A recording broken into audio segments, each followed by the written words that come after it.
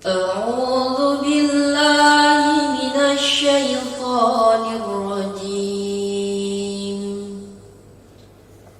بسم الله الرحمن الرحيم. يا أيها الذين آمنوا كتب عليكم الصيام كما كتب على الذين من قبلكم لعلكم تتقون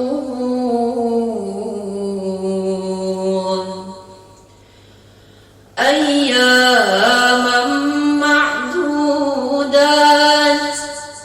فمن كان منكم مريضا أو على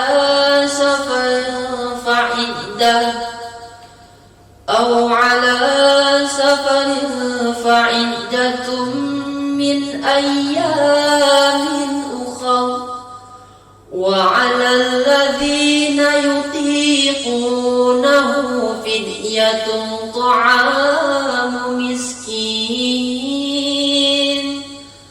فمن تطوع خيرا فهو خير له وأن تصوموا خير لكم إن كنتم تعلمون صدق الله العظيم.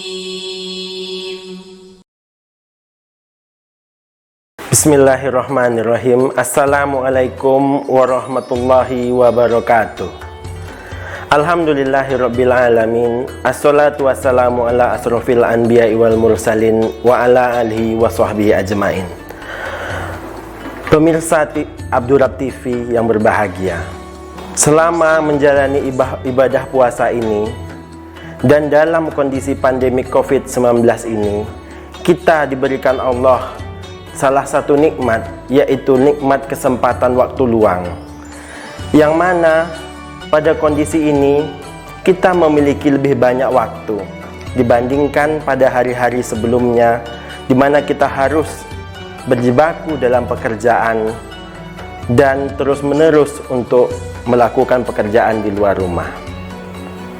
Pada kesempatan kali ini, kami akan menyampaikan tema mengenai kesempurnaan tubuh manusia.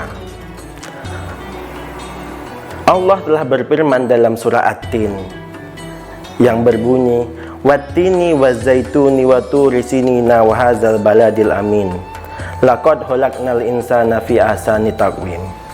Allah bersumpah, bahkan Allah bersumpah dengan 4 makhluknya, yang menyatakan bahwa Allah menciptakan manusia adalah dalam sebaik-baik bentuk.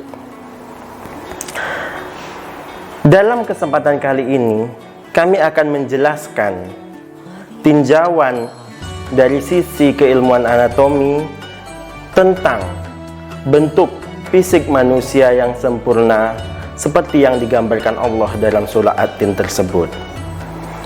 Tujuan dari kita memahami hal tersebut adalah agar kita bisa lebih mensyukuri nikmat yang diberikan Allah kepada kita. Manusia adalah makhluk yang sempurna, bahkan yang paling sempurna di antara makhluk lain. Manusia terdiri dari 2 unsur, yaitu jasad dan ruh. Jasad manusia bersifat duniawi, yang dikatakan sebagai unsur bumi, sedangkan ruh manusia disebut sebagai unsur langit atau unsur surgawi. Makhluk-makhluk sebelum manusia tidak ada yang penciptaannya seperti manusia. Kita lihat hewan dan tumbuhan hanya diberi Allah bentuk jasad, sedangkan malaikat dan jin hanya diberikan dalam bentuk ruh. Manusia diberikan kedua-duanya. Itu adalah pengertian umum tentang kesempurnaan ciptaan Allah. Pada beberapa ayat dikatakan bahwa manusia diberi sebaik-baik bentuk. Dalam hal ini kami menerjemahkan sebagai bentuk fisik. Ada 3 hal yang ingin kami sampaikan di sini sebagai bukti kesempurnaan yang diberikan Allah kepada kita sebagai makhluknya. Yang pertama yaitu sifat kita yang berdiri dengan 2 kaki, atau dalam istilah ilmiahnya kita sebut bipedalis. Manusia disebut berdiri dan berjalan dengan 2 kaki, berbeda dengan makhluk-makhluk lainnya. Hewan-hewan lain, mamalia umumnya berjalan dengan 4 kaki. Sifat 2 kaki ini merupakan ciri kesempurnaan. Bahkan beberapa ahli biologi mengatakan bahwa alam ini, makhluk hidup ini berkembang menuju kesempurnaan, yaitu hidup dengan 2 kaki. Karena dengan 2 kaki ini diyakini bahwa manusia sangat bisa beradaptasi terhadap bumi. Dengan 2 kaki memungkinkan posisi tubuh kita tegak dan kepala kita tegak. Hal itu memberikan kesempatan kepada manusia lebih waspada terhadap lingkungan, berbeda dengan makhluk lain. 2 kaki memberikan kesempatan kepada anggota gerak atas kita untuk bebas, yaitu tangan. Manusialah yang memiliki tangan bebas, yang bisa melakukan apapun untuk kesejahteraannya. Bahwa peradaban bumi ini sebagian besar adalah peran dari tangan manusia. Walaupun tangan manusia juga bisa menimbulkan banyak kerusakan di muka bumi. Yang kedua adalah pemberian otak manusia. Otak manusia sangat berbeda dengan otak hewan lain. Bahwa pada manusia Allah memberikan satu fungsi yang tidak dimiliki oleh makhluk lain. Walaupun mungkin otak manusia secara bentuk dan ukuran hampir sama dengan makhluk lain, tetapi di dalam otak tersebut manusia diberikan salah satu fungsi yang bisa mengenal dirinya, yaitu fungsi intelektual, di mana fungsi ini tidak dimiliki oleh makhluk lain, hewan lainnya. Daerah ini disebut daerah korteks prefrontal. Daerah ini terletak di sebelah belakang dahi kita. Daerah ini berfungsi untuk belajar, berfungsi untuk merencanakan, planning, berfungsi untuk mengambil keputusan, berfungsi untuk problem solving, berfungsi untuk menilai mana baik dan buruk.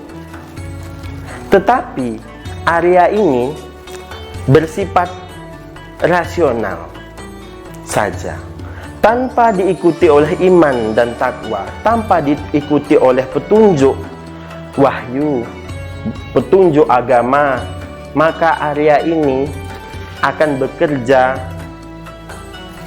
tanpa dukungan dari sifat-sifat ilahi, sehingga bisa menimbulkan pembangkangan terhadap Allah Subhanahu wa Ta'ala. Itu kita bisa lihat dari banyaknya para ilmuwan yang memilih ateis, karena sedikitnya informasi atau sampainya dakwah agama Islam kepada mereka.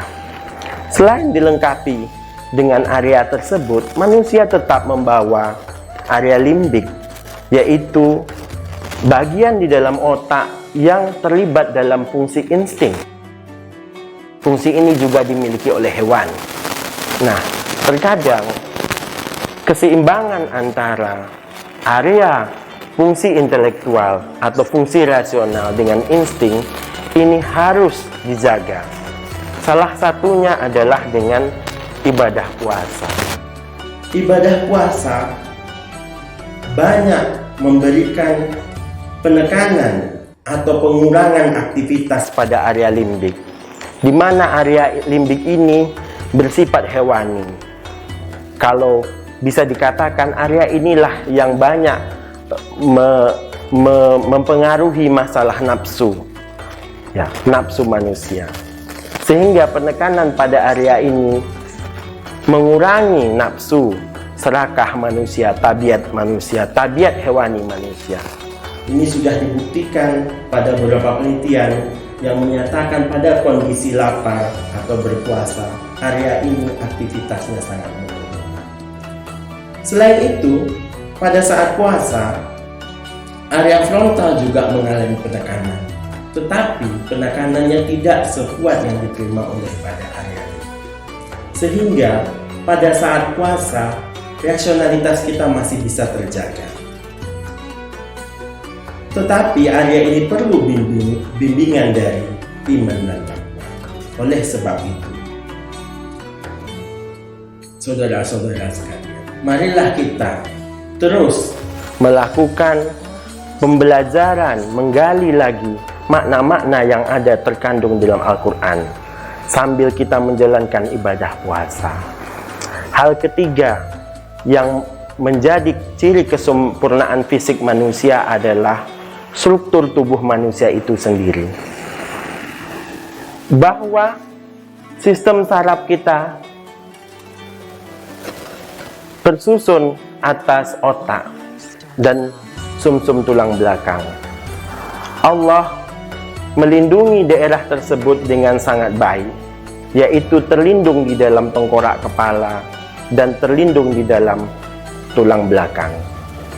Sehingga area ini paling sulit untuk terjadinya kerusakan.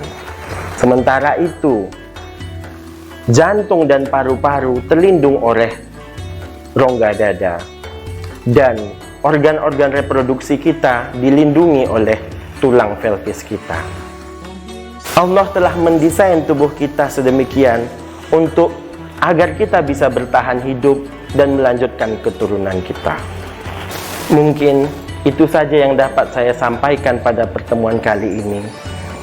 Mudah-mudahan apa yang saya sampaikan ini bisa bermanfaat bagi pemirsa semua.